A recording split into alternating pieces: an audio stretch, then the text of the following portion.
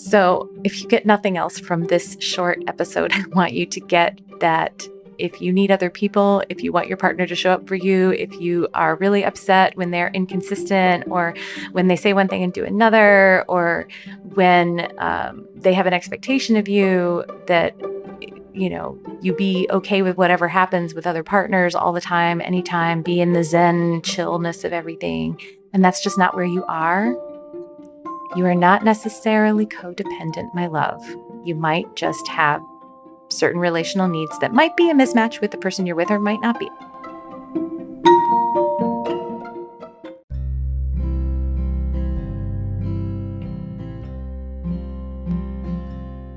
Welcome to Making Polyamory Work.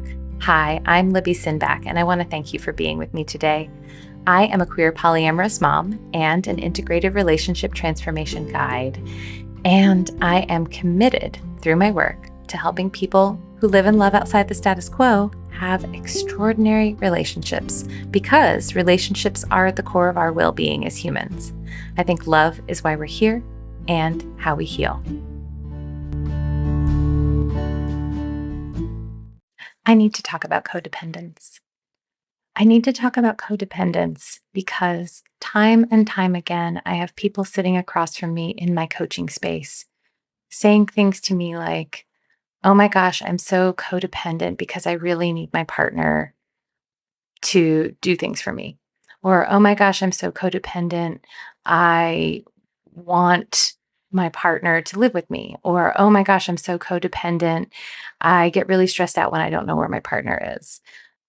I have people all the time telling me that they have a problem because they need other people and they feel so ashamed.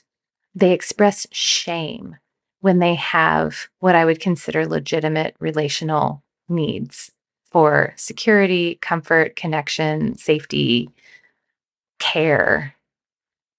And it makes me nuts. And fortunately, if they're in my coaching space, I will lovingly say to them, sweetie, you get to have needs. And just because your partner may not have those needs or maybe getting those needs met from you and so doesn't realize that they have those needs, that doesn't mean that your needs are wrong or invalid. And if your needs are not being met, that doesn't mean your needs are wrong or invalid or shameful or a sign that you are codependent. I hate this word codependent. I recognize why it's there. It has some clinical uses when we're talking about people who are so blended in a dysfunctional dance that they feel like they can't get out of it without losing who they are. I get it. I get it. I get it. I get it. But it has been co-opted, especially within the individualistic, non-monogamous spheres, like the hyper individualistic spheres, to be if you need anybody for anything. And again, I just have time and time again people shaming themselves, beating themselves up, feeling horrible, feeling unreasonable, feeling honestly like they don't understand what is okay and not okay to want or need. And it's because we do have this hyper individualistic message winding our way through the non-monogamy spaces. And sometimes it's even like a Buddhist kind of spiritual detachment kind of message, like you should be completely detached from outcome, you should be completely detached from needing anybody, or you should just really be free from all of that and just be able to be in the spaciousness of whatever happens to arise. And like I'm not saying I disagree with that. And because like there is a spiritual element to detachment from outcome. And then there's the also very real material reality of being a human in the world, which these are the things I know about the reality of being a human in the world, which is our bodies know that to be alone is profoundly unsafe. To be alone is to be profoundly unsafe. From the time we were tiny, the first thing we learned how to do as infants was cry. And the reason why we learned how to cry is because that was the way we let people know that we needed care, that we needed attention, that we needed connection. And it's interesting, I was reading this meme on Instagram where they were talking about every animal, as soon as they come out of their mother's body, knows exactly what they need to know to survive infanthood. And so, when deer and horses and other, cloven hoof animals are born, they can walk right away. And all animals who are mammals know how to suckle right away. Turtles, the minute they're born, they know how to find water by following the light shining at night from the moon on the surface of the water. They know to go towards the water right away and make their way there immediately to avoid predators and to get into the water, which is where they need to be. Human beings are completely helpless, but they know how to cry. We know how to ask for help. That is what we need to do to survive, to survive. And so to need other people, to need care, to want connection, that is our birthright as humans. It is what we are wired to do. So if you get nothing else from this short episode, I want you to get that if you need other people, if you want your partner to show up for you, if you are really upset when they're inconsistent or when they say one thing and do another, or when they have an expectation of you that, you be okay with whatever happens with other partners all the time, anytime, be in the Zen chillness of everything. And that's just not where you are. You are not necessarily codependent, my love. You might just have certain relational needs that might be a mismatch with the person you're with or might not be. I don't know. But please don't shame yourself. To not need people is not normal for humans. My teacher, Julianne Taylor Shore, she says, human beings are our biome. Now, some of us might have grown up with the experience that human beings are also scary and dangerous, or human beings are unreliable and can't be counted on, or human beings are constantly intruding on us and trying to control us. And so we have a complex relationship with that idea that human beings are our biome, because sometimes human beings can be quite a lot of trouble, especially when we're counting on them. But it's really normal to need other people and to want them to show up for you and want them to show up for you consistently and want to know how and when you are going to get the connection and care needs that you have. To not need anybody is not the human condition. And it's honestly just not living in reality, because even if you think you don't need other people, you're just wrong. Your whole life would not function if you were completely alone. And I'll add this final thing about, how other people are our biome. Our brains have structures within it that are exclusively for co-regulation, for working together, for mirroring other people's experiences within our own systems, for learning with each other, for learning how to adjust to be together. We wouldn't have all those brain structures if there wasn't a reason for them to be there. So we are designed not to live alone and be separate and get whatever we want. We are designed to collaborate, cooperate, co-regulate, soothe each other, care for each other. And we have created a society, a whole structure within our hyper individualistic culture that shames people for needing things. I mean, if you think about ableism, right? People who are disabled absolutely need other people for care, and in some cases cannot survive without it. And we see those people as less than. And sure, they're vulnerable, but we all are. We all are. We are wired this way. Okay, I think I've beaten a dead horse here. So where does it cross a line? Where does needing people cross a line into something that maybe isn't so helpful? The way that I like to frame it, which is a little different than using the word codependent. I'm just moving away from that word, not because, again, I don't think that it sometimes does describe what's happening, but because I think it's overused to the point where it's gotten blurry. This is a technical term, blurry. But where do I see a problem with relationships that are maybe too enmeshed or whatever. Where it crosses a line that I see is if one person is perpetually betraying themselves to make things work in a relationship without any negotiation or discussion or give and take. Or another place would be if you don't understand where you end and another person begins, if you're feeling perpetually responsible for someone else's distress, if you're feeling like you have to be responsible for someone else's behavior or feelings, if that need that you have for other people supersedes your own need also for safety, protection, care, etc., that's where it can be a problem. And I think this does not perfectly describe where I think the word codependence can be usefully expressed, but this is what I want to talk about.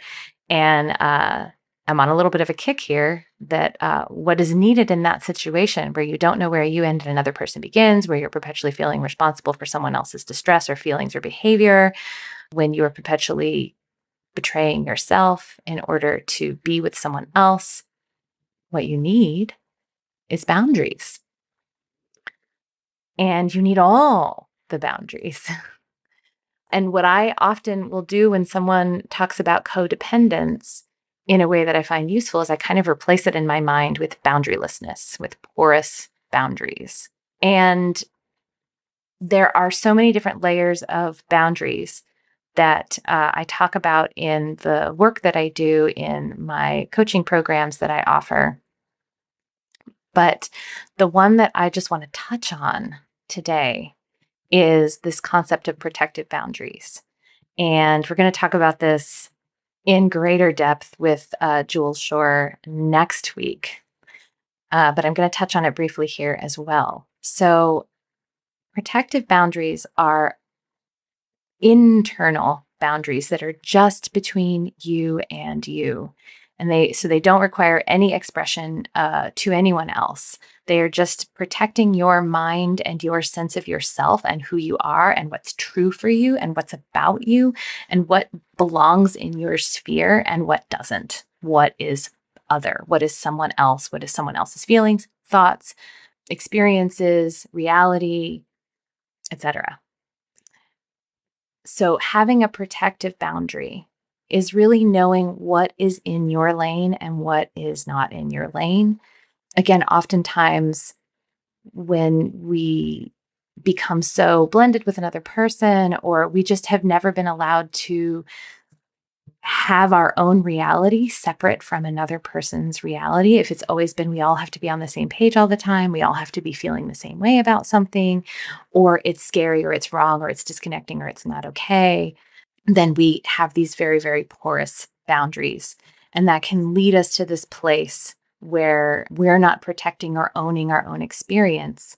And if we're not protecting and owning our own experience, how could we possibly own our own needs and wants and desires if our partner isn't already giving them to us? If our partner isn't already meeting us, then it may be really hard to hold on to, oh, this thing that I need that I'm not getting, I still need, and it's still part of who I am, because you haven't done enough differentiation between what's happening for your partner and what they want to give you and what you actually need and what would actually feel good to you. And I just want to say it can be really hard to find those lines between where you end and another person begins if you really haven't allowed yourself to have them in the past. And I'm thinking specifically of examples where you've had this happens a lot with people who have had a very, very close, overly close relationship with a parent. And that parent has made that child responsible for all the parent's feelings. So like a parent would say, you made me mad today. This is your fault. Or I need you to be really good so that I can have a good day. And it's like kind of regularly making that child responsible for the parent's experience can set that child up to really not have a sense of themselves as separate from that adult, which is sort of a natural part of maturing, is to eventually, like when we're babies, we really don't have a sense of where we end and where another person begins. Like if you're in a room full of babies and one baby starts crying, you'll notice a lot of the other babies start crying. And it's not because they're upset by the first baby crying. It's like, they're like, oh, we're crying now. That's what's happening. Crying is happening and we're all crying. When you're still forming a lot of brain structures, this sense of this hand that is in front of me is mine and it's not yours and it's separate from me, or my mother that I'm looking at is separate from me, that doesn't develop cognitively for a while. And then if you are raised without having any sense of separateness between you and your caregivers, then again, you can actually like not have developed that skill to really have that sense in a very clear way. And sometimes that's why some people might ping pong between having very, very porous boundaries and no sense of themselves and going completely walled off and shut down and pulled away, or even just completely in a separate physical space, is because that physical or that very stark, like solid wall type boundary may be what they need to figure out themselves and that they are separate from other people. And I've even known people who really, really struggle with this porousness in their boundaries, that one of the strategies that they start to develop to compensate for that is to leave, to just be fully somewhere else, because they haven't yet developed the skill that I can be me and hold all of the things that are happening inside me that are mine, that are different from what might be happening for you. And you can be having all of the things that are happening for you over there at the same time that I can have what's happening for me. And I can hold what's happening for me and what's happening for you at the same time. A lot of people who struggle with this type of boundary, this type of psychological protective boundary, is that if something big is going on with someone else, especially someone they're close to, they lose all ability to hold on to themselves. That would be the thing. And again, I wouldn't call it codependent. I would just call it boundaryless.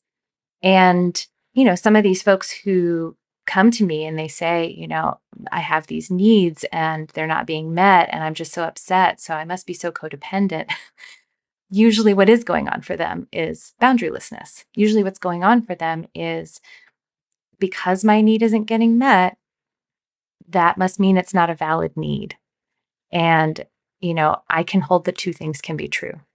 That this need that you have is valid and really might be important to you and that you might need it. And the person who loves you and who you love isn't giving it to you, and maybe won't give it to you or can't give it to you. And then we're in a hard situation where maybe that relationship isn't a fit, or maybe things about that relationship need to change, but we can't even possibly find that out if you don't know where you end and where your needs end and where what you're getting begins.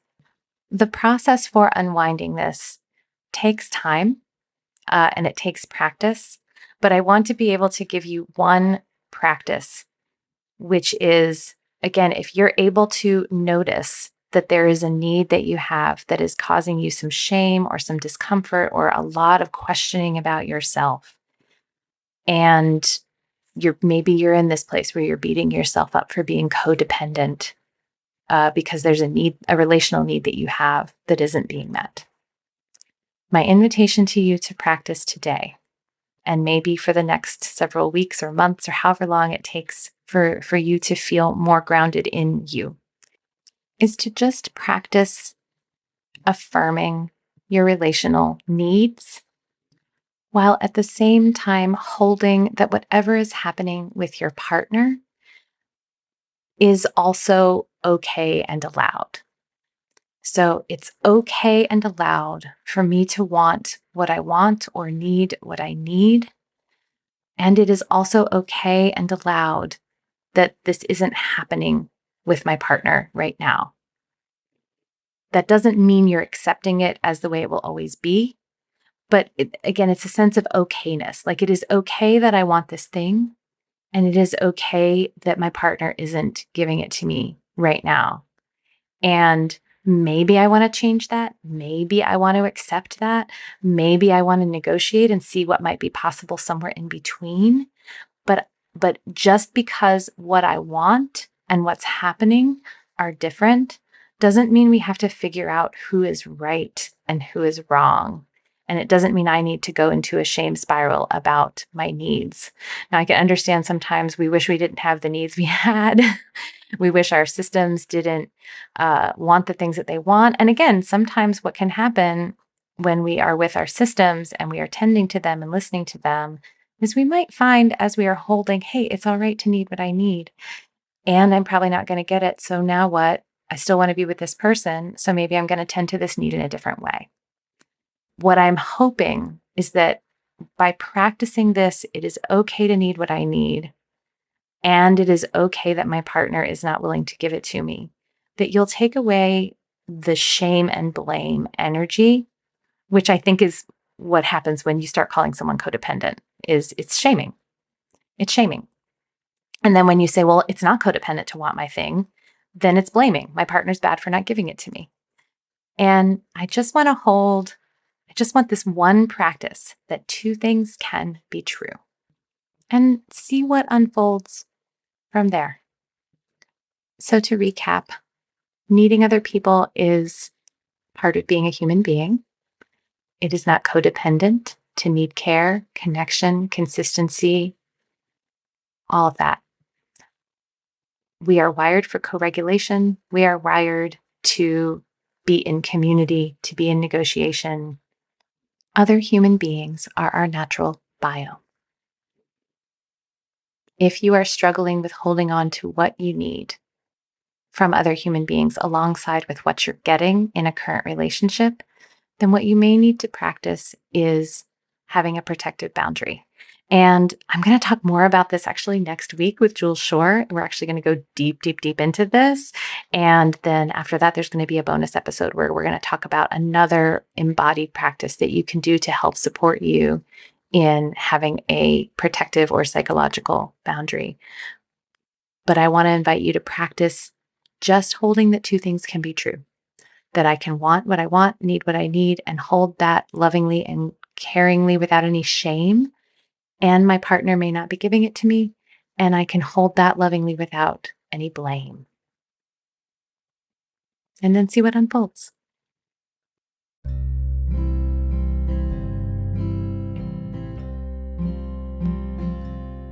Thank you so much for joining me today. If you have any thoughts about what I've said today or a question for the show, I'd love to hear from you. You can find me on Instagram as thatpolyam.mom, or you can go to the show's website, makingpolyamorywork.com, and submit a question there. I'll also say that if you're loving my podcasts, but you are looking for more support, I do this for a living. I am an integrative relationship guide. So I help individuals, couples, and groups have amazing relationships. You can find out more about my offerings on my website. If you love this podcast, please share it with your friends, your networks, your Facebook groups, your coworkers, your family, etc. And make sure you subscribe so you don't miss an episode. Also, if you listen on iTunes, I always love getting reviews. It literally makes my day. And it'll also help more people find the show.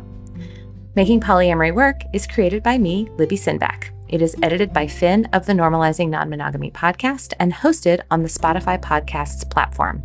Vanda Leone manages the website and posts the transcripts. Thank you, everyone, and see you next time.